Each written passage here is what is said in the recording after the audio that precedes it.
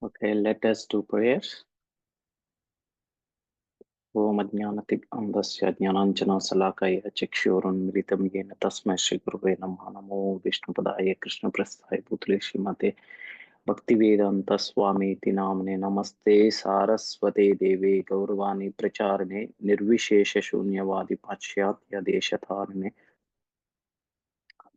Jai Shri Krishna Chaitanya Prabhu Nityananda Shri Advaita Gadadhara Shivasadi Gaura Bhakta Hare Krishna Krishna Krishna Hare Hare Hare Rama Rama Rama Hare Hare Nilachala Nivasaya Nityaya Paramatmane Balabhadra Subhadrabhyam Jagannathaya Te Namaha Jai Shri Shri Radha Krishna Chandra Ki Jai Jagannath Baldev Subramaya Ki Sudarshan Ji Ki Jai Shri Shri Lakshmi Narasimha Swami Ki Jai Shri Shri Gaunita Panchatattva Ki Jai. Okay, welcome you all for this morning Srimad Bhagavad Gita session with the continuation from yesterday's. So, okay, today we are going to read.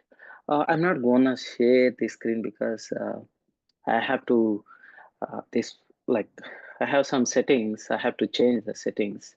In the last minute, they requested me to do like screen sharing. Some devotee is supposed to do some other.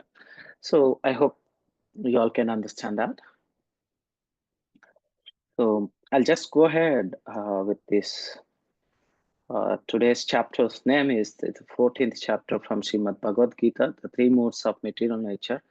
I hope you all hearing me. If you're not, just raise your hands. Is that okay? We Am I can hear clear? you, Prabhuji. Yes, Prabhuji. Okay. Yeah. Thank you, Mataji. Okay. We are reading from the three modes of material nature, verse number 6, 7, 8. Okay. Let me go to it.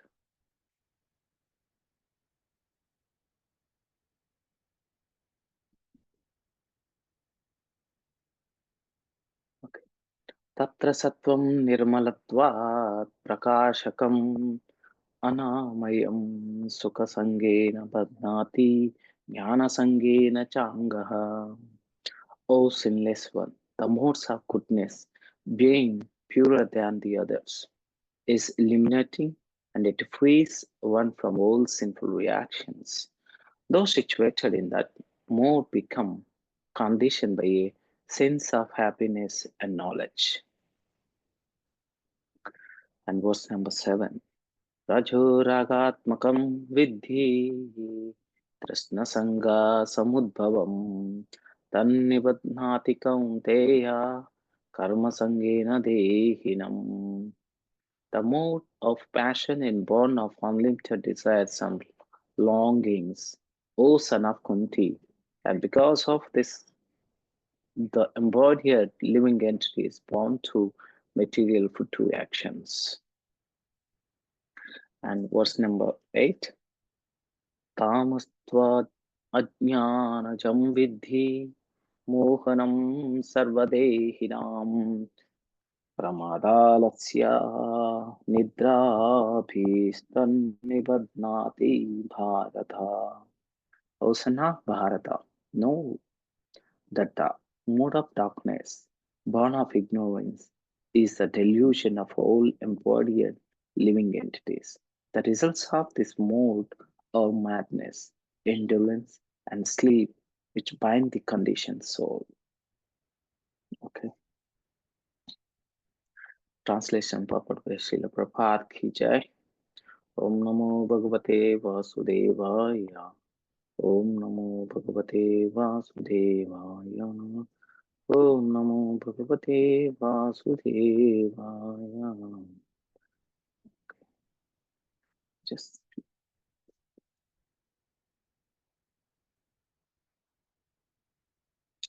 so, and especially this chapter deals with like all embodied souls are under the control of the three modes or qualities of material nature. It includes goodness, passion, and ignorance. Krishna explains what these modes are, how they act upon us.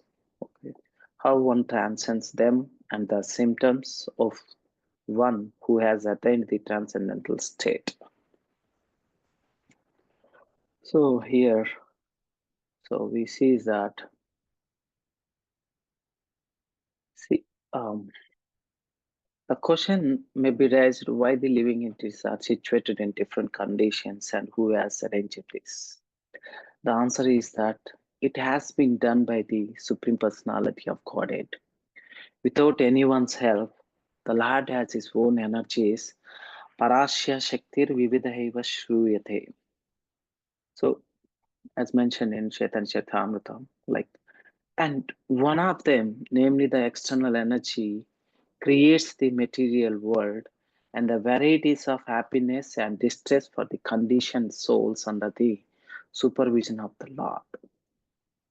The material world consists of three modes, three material natures, that is sattva, rajas, tamo gunas. By sattva guna, the Lord maintains the material world. With the rajaguna, he creates it, and by tamoguna, he annihilates it. After the varieties of living entities are created, they adjust to happiness and distress according to their association. When they are in Sattvaguna, the mode of goodness, they feel happiness. When in Rajaguna, they are distressed. And when in Tamaguna, they have no sense of what to do or what is right and wrong.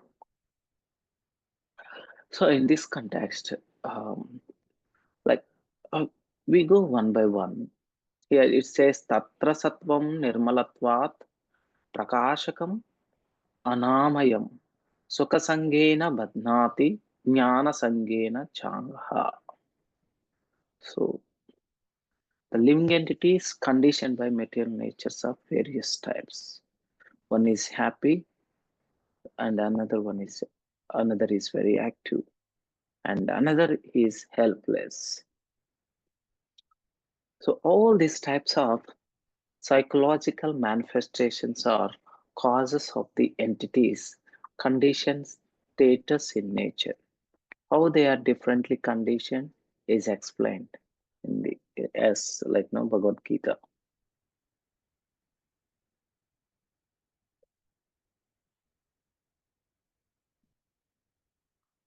So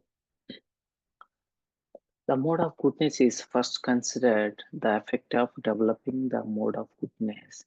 In the material world, it is that one becomes wiser than those otherwise conditioned. A man in the mode of goodness is not so much affected by material miseries, and he has a sense of advancement in material knowledge. The representative type is its quality is a Brahmana, like Brahmana, who is supposed to be situated in the mode of goodness. The senses, like sense of happiness, is due to understanding that in the mode of goodness, one is more or less free from sinful reactions. Actually, in the Vedic literature, it is said that the mode of goodness means greater knowledge and greater sense of happiness. So here Lord describes clearly, we have to understand the characteristics of the three modes and their different ways of binding, like the jiva in these three verses.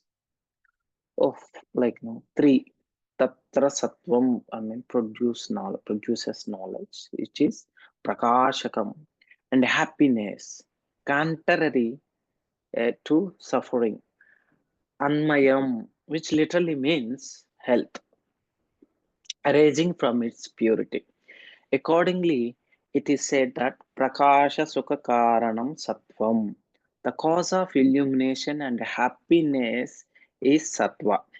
Moreover, Sattva, which is conjoined with Sanghena, its affects knowledge and happiness, binds the Jiva with the conception that one is happy or knowledgeable.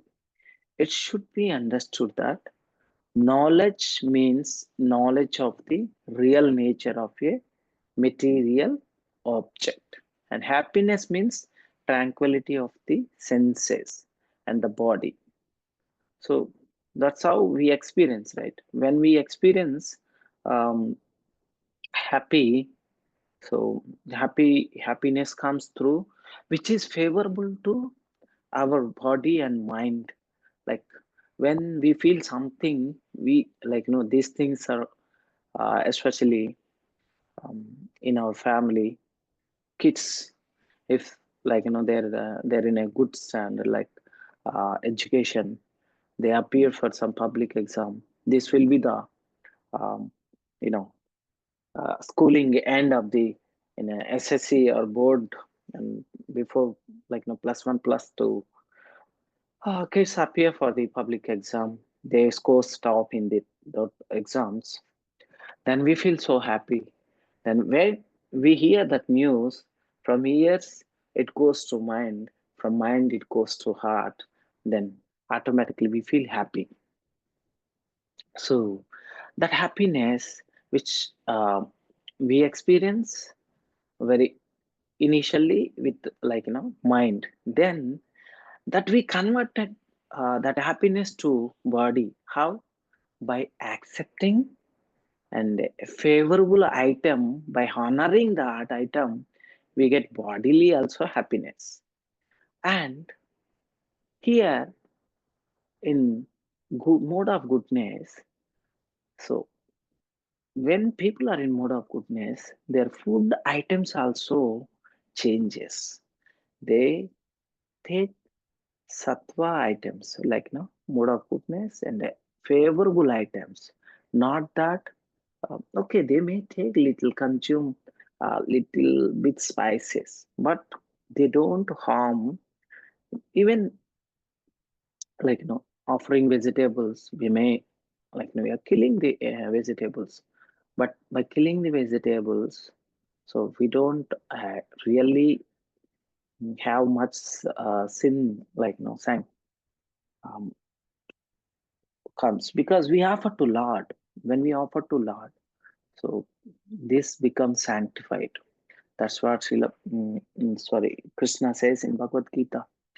One whoever offers me food, whatever it is, with love, what he is asked, patram pushpam phalam toyum yomi bhakta prayashyate. So out of this four, anything we offer, so Lord accepts. So and that's what happiness means: tranquility of the senses and body. In the association with those qualities of knowledge and happiness, the engagement in actions for attaining that happiness and knowledge produces future bodies, which are a means to experience that result. Since one will repeatedly take association with those qualities, one will not get liberation through sattva. So actually, we don't get liberation by being a sattva. It says you have to overcome that, and that is called Suddha Sattva. That Bhagavatam says, Evam prasanna manasa.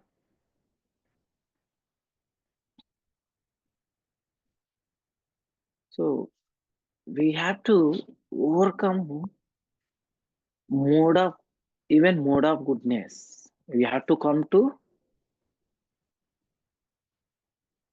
Suddha Sattva, that which is really possible by only uh, like bringing ourselves into Suddha Sattva. By Suddha Sattva, how we will come? Automatically, one who practices devotional services, and it doesn't come, the one has to establish in the mode of unallied goodness, the man whose mind has been enlivened by contact with devotional service to the Lord, gains positive scientific knowledge of the personality of Godhead in the stage of liberation from the material association. That's what he says, like, no, evam prasanna manaso bhagavad bhakti yogataha bhagavad tattva vijnanam mukta sangasya jayate. So it, we see that manushyanam sahasresu kasyadi yatati siddhaye yatataamapi siddhanam kashin mam veti tatvatah. Like, out of many thousands among men, one may endeavor for perfection, and of those who have achieved perfection, hardly one who knows me in truth. Krishna says there are various grades of men, and out of many thousands, one may be sufficiently interested in transcendental realization to try to know what is the self, what is the body, and what is the absolute truth. Generally, like, mankind is simply engaged in the animal propensities, namely eating, sleeping, depending, and mating, and hardly anyone is interested in the transcendental knowledge. The first six, chapters of the Gita are meant for the those who are interested in the transcendental knowledge, in understanding the self, the super self, and the process of self-realization by Jnana Yoga and Jnana Yoga and discrimination of the self from matter. However, it's like, no, Krishna can be known only by persons who are in the Krishna consciousness. Other transcendentalists are many achieve impersonal Brahman realization. For this is easier than understanding Krishna. Krishna is the supreme person, but at the same time, he is beyond the knowledge of Brahman and Paramatma. The yogis and the jnanis are confused in their attempts to understand Krishna. Although the greatest of the impersonalists, Shankaracharya says that in his Gita commentary, Krishna is the supreme personality of Godhead. His followers do not accept Krishna as such, for it is very difficult to know Krishna, even though one has transcendental realization of impersonal Brahman. Like, one who worships Shiva definitely guides them become devotee of Krishna. So, uh, yeah, practically also it is possible because there are so many, Shiva worshippers and Kali worshippers. Really, what way they are worshipping, and they have such much, such much, such understanding. So then they are guided by them and within to become followers of the Krishna. So it is tough to understand. We have to understand that, how we, we overcome that. The path of bhakti is so easy, as a non-devotee class of men proclaim when they do not take up the difficult path. Actually, the path of bhakti is not easy. And again, I'm saying, the so-called path of bhakti practiced by unauthorized persons without knowledge of bhakti may be easy. But when it is practiced factually according to the rules and regulations, the speculative scholars and philosophers fall away from the path. Rupa Goswami writes in Bhakti Sindhu, Shruti Smriti Puranadi Pancharatra Vidhim Vina Aikantaki Harer Bhaktir Utpathayaiva Kalpathe.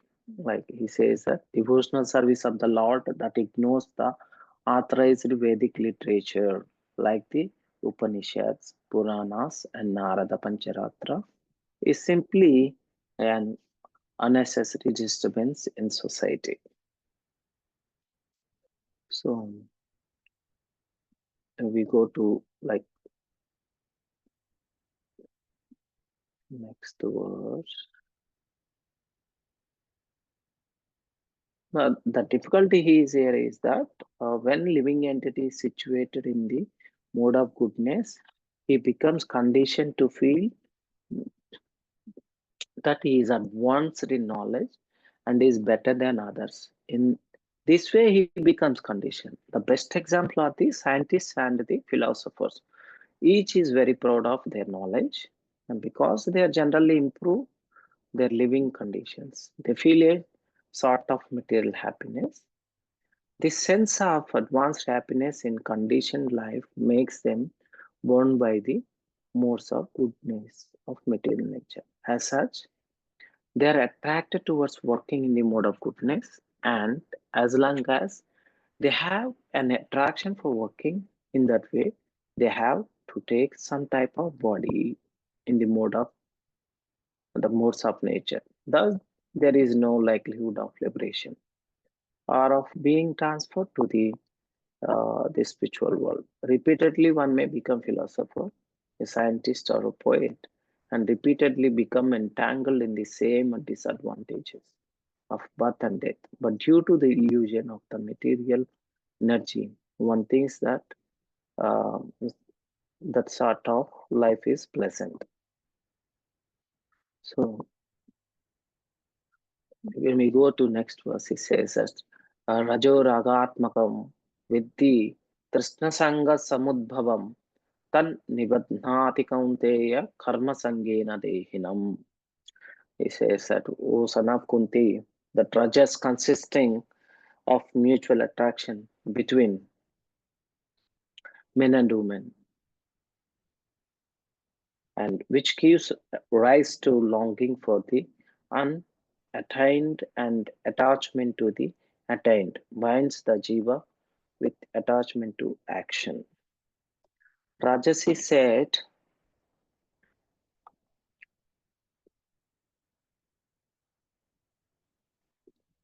Rajasi said that um, to be identical, like Atmakam, with the mutual affection between men and women. One second.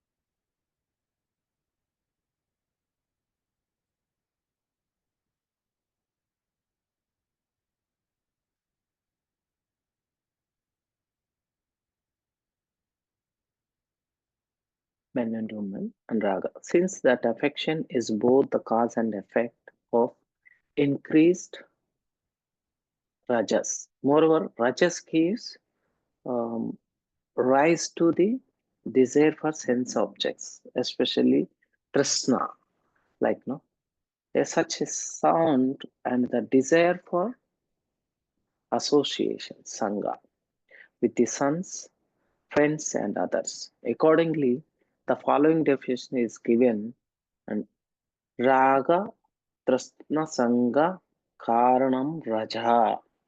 Rajas is the cause of the attraction between men and women, the desire of sense objects and desire for association of other persons. This rajas binds the jiva, dehinam, by possessing those desires in his actions. Karma sanghena. His actions is karma sanghena, which are for the purpose of attaining women, sense objects, and sons. He does activities with a desire for these things. These actions enable him to attain the objects which are means for enjoying the results of action. He repeats these actions and receives similar results. Thus, he is not liberated from rajas.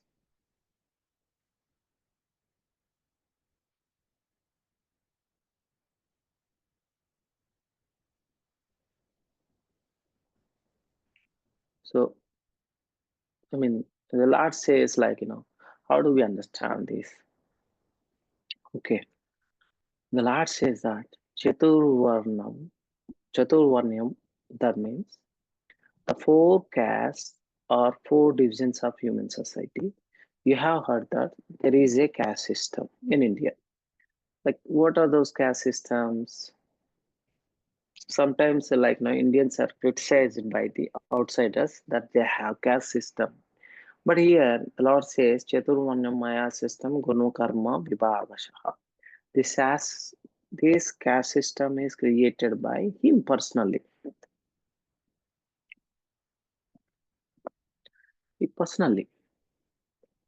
And Guna Karma Vibhagasha, according to quality and according to work, that division in the human society created by Krishna. This caste system is, and accordingly, quality and according to work. The division in the human society according to quality and according to work is there in everywhere in the world, not only everywhere in the world, it's there in the everywhere in this universe. God's creation cannot be stopped, and Prabhupada says that God's cannot be, cannot be stopped. Just like in God's creation, there is a sun, there is a moon, and there is a seasonal changes. And in Mayapur, we can experience six seasonal changes. I don't know. In different places and different, it varies. But in Mayapur, we can experience six seasons. Paka, still it is exist in Mayapur. That's that's really amazing thing. And nobody can stop this. Similarly, the Chaturvarnam, that according to the quality and karma, the division prevails all over the universe, not only in India, but also in everywhere across the globe and any country you name it. In what are the divisions? What are the gunas and the karma? And the guna, the quality, there are three qualities in the material world. Like we discussing that the quality of goodness, the quality of passion, the quality of ignorance, and either human being or animal demigods or American, Indian, Pakistani, Bangladeshi, everywhere these qualities are working. So well, some of them are in the mode of quality and mode of goodness, and some of them are in the quality of passion, and some of them are in the quality of ignorance. Those who are in the quality of goodness, they are called Brahmanas or intelligent class of men. And in Sanskrit it says because of intelligence, intelligence does not mean that to know, to have some knowledge of the material things. Intelligence means to know about the spiritual world also. That is intelligence. Because as you know, that uh, I'm a combination of matter and spirit. I'm spirit and I'm now entangled in this material body. I'm spirit, consciousness, and as soon as I am out of this body, I can distinguish or I cannot distinguish because I will go away. Like you can distinguish that. Now this is no spirit. It's gone. This become dead body.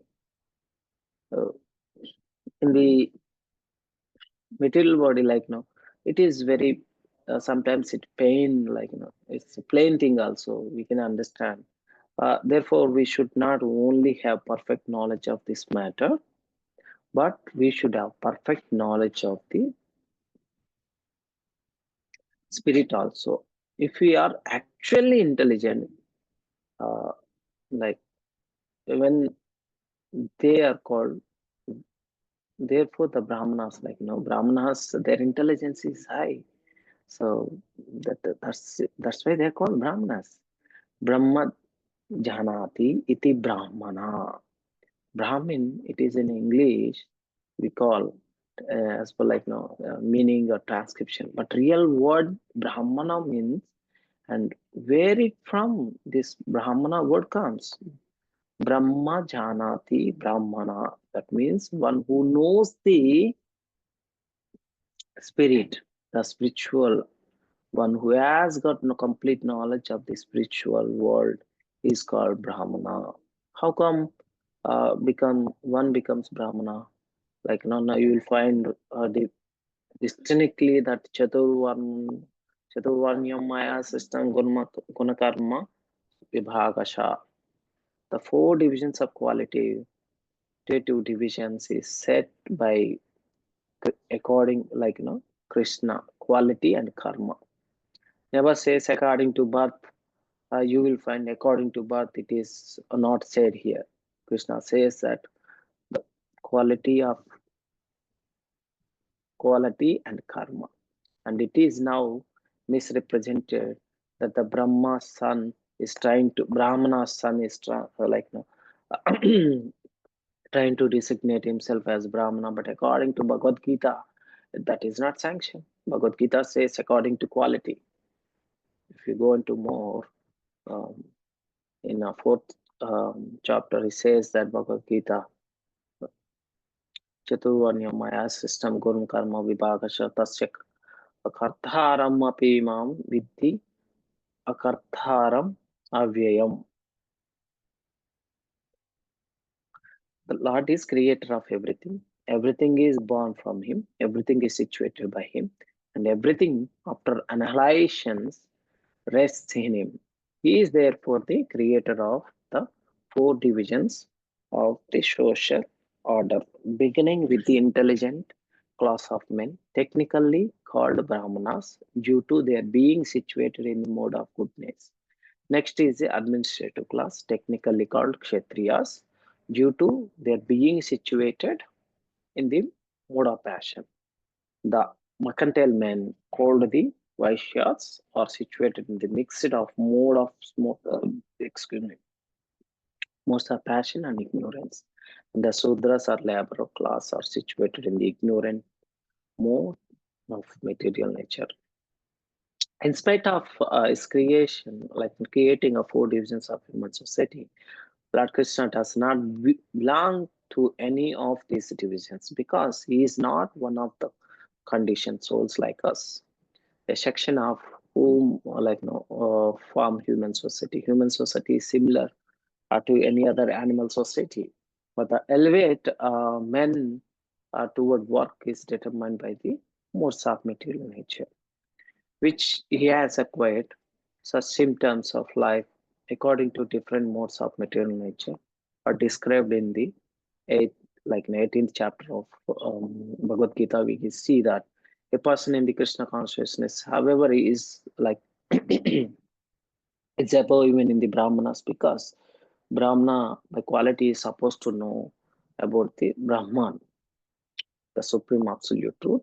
Most of them approach the impersonal Brahman and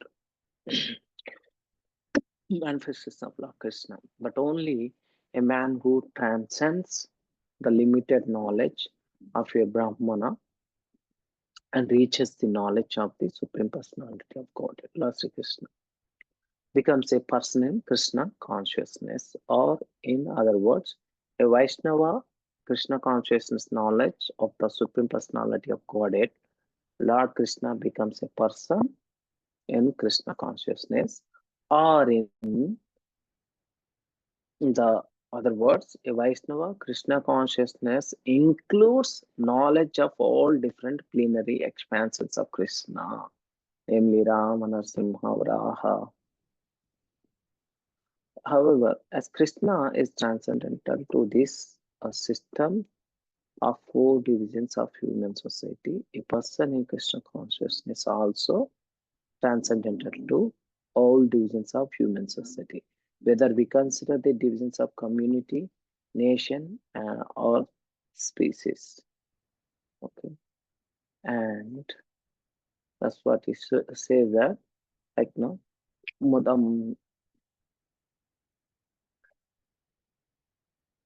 as long as one is anchoring after these things, especially the material enjoyment, sense gratification, and um, that are the qualities of modes of passion. Like no, they want to have honor some like in society or in the nation. He wants to be happy with family, nice children, wife and house and other facilities. So when it is clearly like we can understand from the Bhagavad Gita, when he becomes associated with the fruits of his activities and thus becomes bound by such activities in order to please his wife, children, and society, and to keep up his prestige, one has to work. Therefore, the whole material world is more or less in the mode of passion. Modern civilization is considered to be advanced in the standard of the mode of passion. Formerly, the advanced condition was conditioned to be in the mode of goodness. If there is no liberation for those in the mode of goodness, what to speak of those who are entangled in the mode of passion?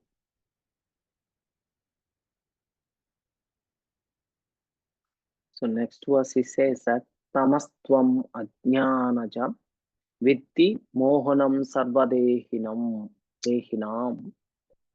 pramadhalasya nidhabhistan nibadhnati bharata.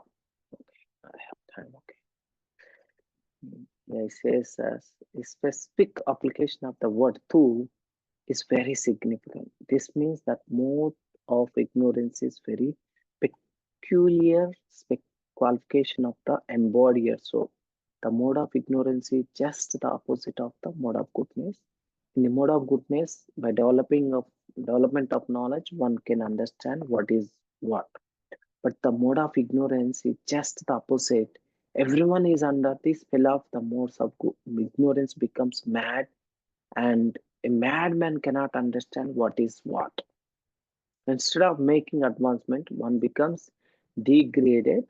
The definition of the mode of ignorance is stated in the Vedic literatures. Vastu yatatmaya jnana varkam vipraya jnana janakam tamaha. Under the spell of ignorance, one cannot understand a thing as it is.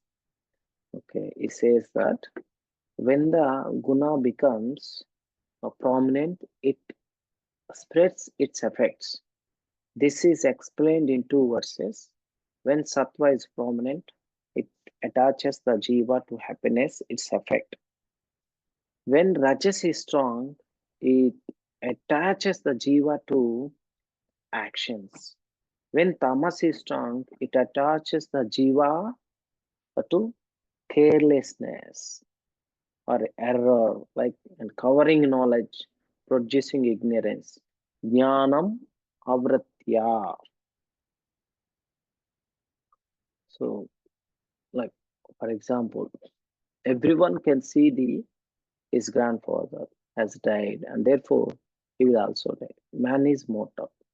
The children that he conceives will also die. So death is sure. Still, people are madly accumulating money and working very hard all day and night, not caring for the eternal spirit. So we are not talking about devotees who is earning money and doing business, who is utilizing for Krishna service. We are not talking about that. We are talking who is not realizing that they are spirit soul and think that the life's achievement is to make more advancement in their material advantage, like life, having more facilities by using their so-called victim money for living their life lavishly, for spending, eating, and wearing good clothes, or on different aspects. So the purpose of life is to understand we are not this body, we are soul.